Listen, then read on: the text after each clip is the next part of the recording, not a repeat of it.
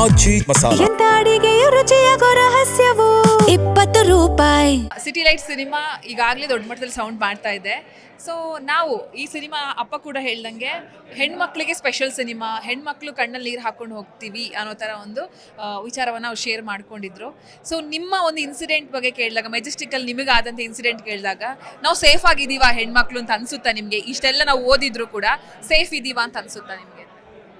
ನಿಜ ಹೇಳಬೇಕು ಅಂದರೆ ಐ ಡೋಂಟ್ ಥಿಂಕ್ ಸೊ, ಇಲ್ಲ ಅನಿಸುತ್ತೆ. ಬಿಕಾಸ್ ದಿನ ಹೊರಗಡೆ ಹೋಗಬೇಕಂದ್ರೆ ಮನೇಲೂ ಹೇಳಿ ಕಳಿಸ್ತಾರಲ್ಲ, ಹುಷಾರಾಗಿ ಬಂದುಬಿಡು, ಕತ್ಲೆ ಆಗೋ ಅಷ್ಟರಲ್ಲಿ ಬಂದುಬಿಡು ಅಂತ.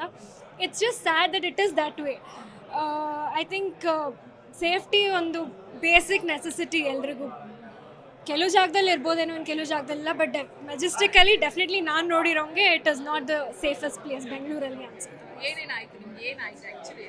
ಅದೊಂದು ಇನ್ಸಿಡೆಂಟ್ ನಾನು ಹೇಳಿದ್ನಲ್ಲ ಆವಾಗಲೇ, ಶೂಟ್ ಮಾಡಬೇಕಾದ್ರೆ somebody came and interrupted in a wrong way.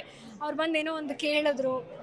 It was not the best experience ಎಲ್ರಿಗೂ. ಅದು ನಾನು ಬರೀ ಕೇಳಿದ್ದೆ ಅಷ್ಟೇ, ಈ ಥರ ಹೆಣ್ಮಕ್ಳಿಗೆ ಇಲ್ಲ, ನನಗೆ ಅದು ಅವ್ರು ಏನು ಕೇಳಿದ್ರು ಅಂತ ಅರ್ಥ ಆಗಿಲ್ಲ. ಬಿಕಾಸ್ ಐ ಥಿಂಕ್ ಈ ಸ್ಪೋಕ್ ಇನ್ ಕನ್ನಡ ಮತ್ತು ತುಳು ಮಿಕ್ಸ್. ನಾವು ಮೆಜೆಸ್ಟಿಕಲ್ಲಿ ನಿಂತಾಗ ಇವನ್ ಬಸ್ಸಿಗೆ ಕಾಯಿಲಿ ಅಥವಾ ಏನೋ ಒಂದು ನಾವು ಯಾರನ್ನೋ ವೆಯ್ಟ್ ಮಾಡ್ಕೊಂಡು ನಿಂತಿದ್ರು ಕೂಡ ಬರುವಂಥ ಪದ ಬರ್ತೀಯಾ, ಎಷ್ಟು ಚಾರ್ಜ್ ಅಂತ. ಸೊ ಈ ಥರದ ಅನುಭವ ನಿಮಗೆ ಆಯ್ತಾ ಹೇಗೆ ಅಂತ ಹೇಳಿ? ಎಸ್, ಖಂಡಿತ ಅದೇ ಅನುಭವನೇ ಆಗಿದ್ದು. ಬಟ್ ಅವ್ರು ಕೇಳಿದ್ದು ವರ್ಡ್ಸ್ ನನಗೆ ಅದು ಕ್ಲಿಯರ್ ಆಗಿ ಕೇಳಿಲ್ಲ. Because I was in shock. ಅವ್ರು ಮುಂದೆ ಬಂದು ನನ್ನನ್ನು ಕೇಳಿದ್ರು ಡೈರೆಕ್ಟಾಗಿ. ನಾನು ಕೇಳಿದ್ನಲ್ಲ ಇವತ್ತು ನಾನೇ ಎಕ್ಸ್ಪೀರಿಯೆನ್ಸ್ ಮಾಡ್ತಾ ಇದ್ದೀನಲ್ಲ ಅಂತ ಐ ಫ್ರೋಸ್ ಅಲ್ಲಿ ಆ ಸೆಕೆಂಡಿಗೆ. ಬಟ್ ಇಮಿಡಿಯೇಟ್ಲಿ ನಮ್ಮ ಟೀಮ್ ಬಂದವರೆಲ್ಲ ಹ್ಯಾಂಡಲ್ ಮಾಡಿದ್ರು. ಅದೊಂದು ಬೇಜಾರಾಗುತ್ತೆ ಮ್ಯಾಮ್, ಬಿಕಾಸ್ ತುಂಬ ಜನ ಎಕ್ಸ್ಪೀರಿಯೆನ್ಸ್ ಮಾಡಿರ್ತಾರೆ. ನನಗೆ ಅಟ್ಲೀಸ್ಟ್ ಅಲ್ಲಿಗೆ ಸ್ಟಾಪ್ ಆಯಿತು. We don't know. ಈಗ ನಾವೆಲ್ಲ ನೋಡಿ ಮೆಜೆಸ್ಟಿಕ್ ಹೋದಾಗ ತಂದೆನ ಕಾಯ್ತಾ ಇರ್ತೀವಿ, ಅಥವಾ ಫ್ರೆಂಡ್ಸನ್ನ ಕಾಯ್ತಾ ಇರ್ತೀವಿ, ಅಥವಾ ನಮ್ಮ ಹಸ್ಬೆಂಡ್ ಯಾರೋ ಬಂದು ಪಿಕಪ್ ಕಾಯ್ತಾ ಇರ್ತೀವಿ, ಬಸ್ಸಿಗೆ ಕಾಯ್ತಾ ಇರ್ತೀವಿ, ಏನೋ ಒಂದು ಚಿಂತೆಯಲ್ಲಿ ನಿಂತಿರ್ತೀವಿ. ಅಲ್ಲಿ ನಿಲ್ಲೋದಕ್ಕೆ ಭಯ ಆಗ್ಬಿಡುತ್ತೆ. ಎಲ್ಲರೂ ಅದೇ ಥರ ನೋಡುವಂಥ ಚಿತ್ರಣ ಇತ್ತೀಚೆಗೆ ಜಾಸ್ತಿ ಆಗ್ತಾ ಇದೆ. ಸ್ಟ್ರಾಂಗ್ ಆಗಿ ಏನಾದ್ರು ಹೇಳೋದಿದ್ರೆ ನೀವು ಏನು ಹೇಳೋಕ್ಕೆ ಇಷ್ಟಪಡ್ತೀರಾ ಅಂತ ಹೇಳಿ?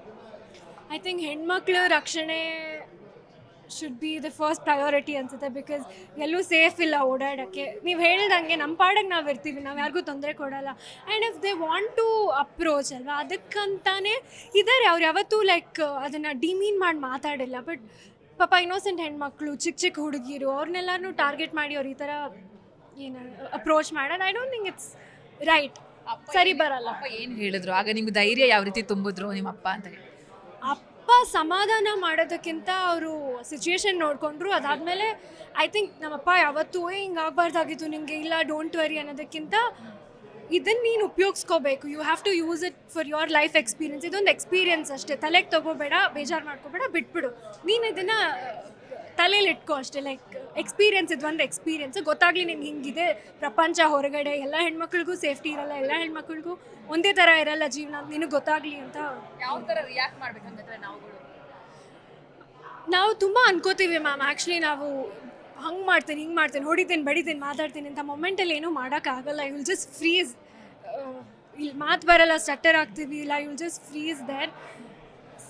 ಕೈಲಾದರೆ I think we have to learn self defence. ಇಲ್ಲ ಅಂದರೆ ಮೊಮೆಂಟ್ಸ್ ಆ ಥರ ಹಂಗೆ ಆಗುತ್ತೆ ಅಷ್ಟೇ, ಏನು ಮಾಡೋಕ್ಕಾಗಲ್ಲ.